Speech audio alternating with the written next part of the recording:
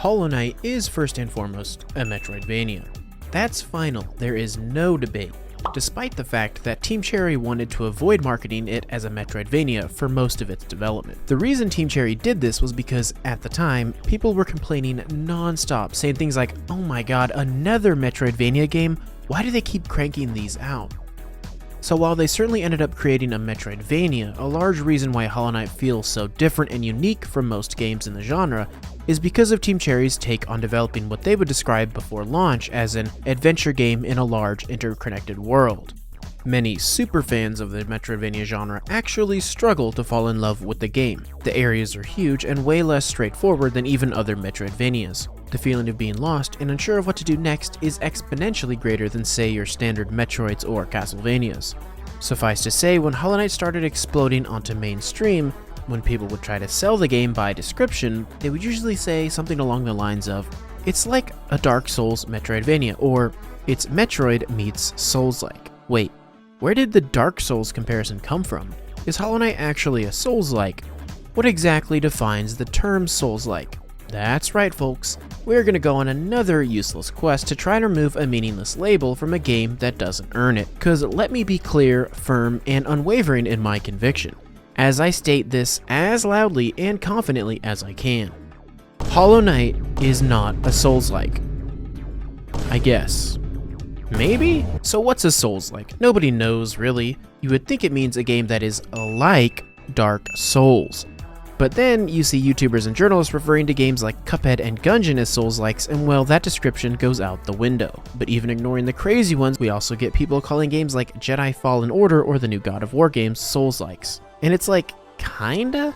Like, the combat does have some elements of Dark Souls in it, but both systems are also heavily combo and weapon swap based, and much more fast paced with more reliance on parries than dodges, which is kinda different than Dark Souls. For me, a Soulslike needs to actually evoke the game it's named after. So for example, Mortal Shell, Lords of the Fallen, or to give a more specific 2D example, Salt and Sanctuary. And the reason these are actual Soulslikes is because they share similarities in most categories with the FromSoft games. So to compare Hollow Knight to Dark Souls, we really need to go through everything people can possibly call a Souls-like element in Hollow Knight and either prove or refute that it belongs to Souls. I will say, to continue watching, you have to be willing to concede that not everything is a Souls-like just because it has a dodge roll in boss fights. I know guys, it's tough. Stay strong.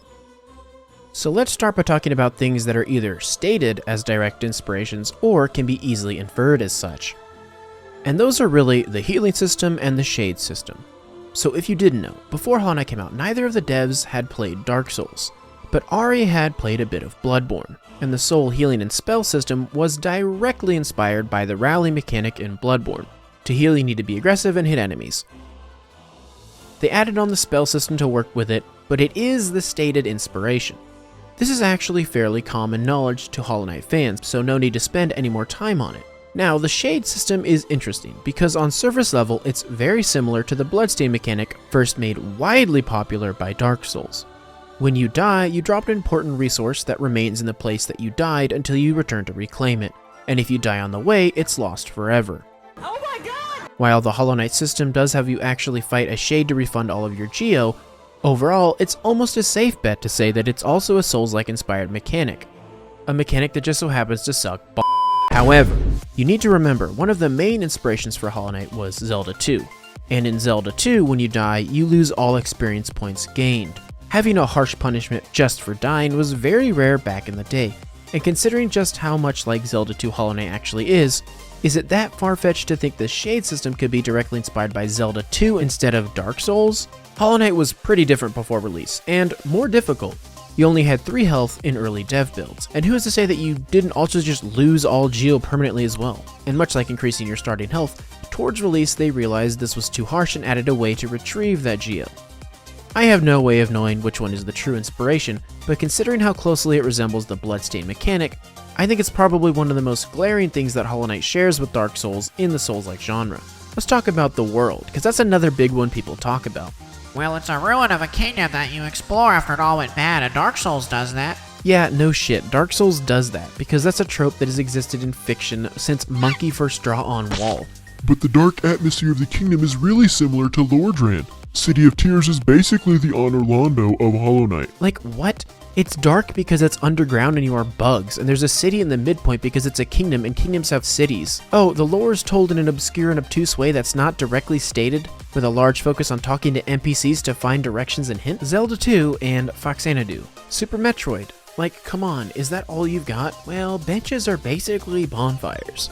No, benches are save points, like in literally any Metroidvania ever. Why is a bench more like a bonfire than just say a coffin in Soten or a Metroid save point? Hollow Knight has a focus on tough boss fights that gate your progress, much like Dark Souls. Bitch, boss fights have always gated your progress. That's not the sign of a Soulslike. Oh well, Hollow Knight is difficult and Dark Souls is difficult, therefore Soulslike. No, wrong, please stop calling something a Soulslike just because you might have the slightest chance of dying. Hollow Knight has next to zero RPG elements. Sure, you can equip some different charms, but in reality, most players will engage fights the same way, overcome challenges in the same way. Only a few exceptions, like how some people fight lost kin straight up and rely on skill, while all you other punk bitches cosplay your own IRL sneaky undeodorized asses and cheese the fight. These instances are few and far between. There is no strength versus dex versus int versus faith. There's no experience or level up system. There's no integrated multiplayer. You actually have movement. There's platforming, a boss rush. Damn, Hollow Knight really is much more like Sekiro than Dark Souls. People might try to get really specific, like, but the husks are basically hollows because both are infected and act like zombies. Bruh, does this mean Resident Evil is Dark Souls now? Why does this even matter? Who cares if it's a Souls-like? Much like you viewers, I hate, and yes, I'm using the word hate, when people call every new action game a Souls-like. Because there are genuine Souls-likes, but when you use that term on a game that doesn't really earn it, you are doing a disservice to every other game and genre that has influenced it. It's honestly kind of disrespectful to the creators of a game. I mean, think about it. Hollow Knight is such a unique and dominating take on the Metroidvania genre, that it's almost inspired its own subgenre, which no other Souls-like labeled game has done. Don't believe me? Take a look at Crowsworn, one of my most anticipated games ever. Nine Souls, another game that is frequently featured on my channel, has clear Hollow Knight and Sekiro roots, with a really cool Towplunk theme. There's Biomorph, which is a gorgeous game of intense shape-shifting combat.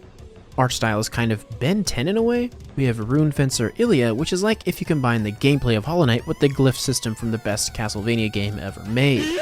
We have Biogun, which is a side-scrolling twin-stick shooter where this pig takes a cute bath. There is Rebel Transmute, combining Hollow Knight and Metroid. It's like Environmental Station Alpha, but I can actually tell what the fuck is going on.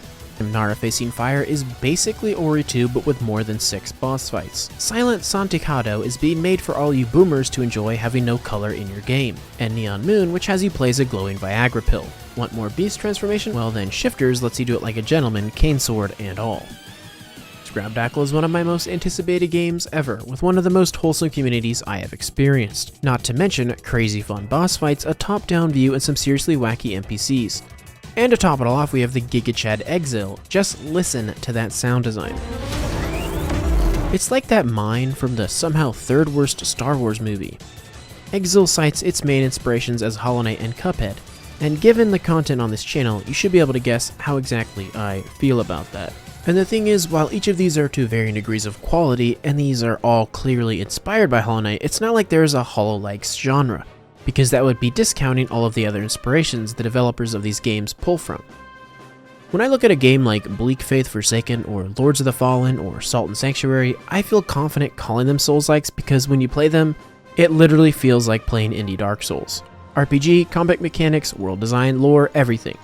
When a game shares some similarities like the combat system feels similar, that doesn't mean it's automatically in that genre. That just means Dark Souls was one of the many inspirations, and the best games are always the ones that take inspiration from many different sources and mix it into something fresh. One final note is that some people might say, we call it a Souls-like because it's easy for people to understand what type of game it is like.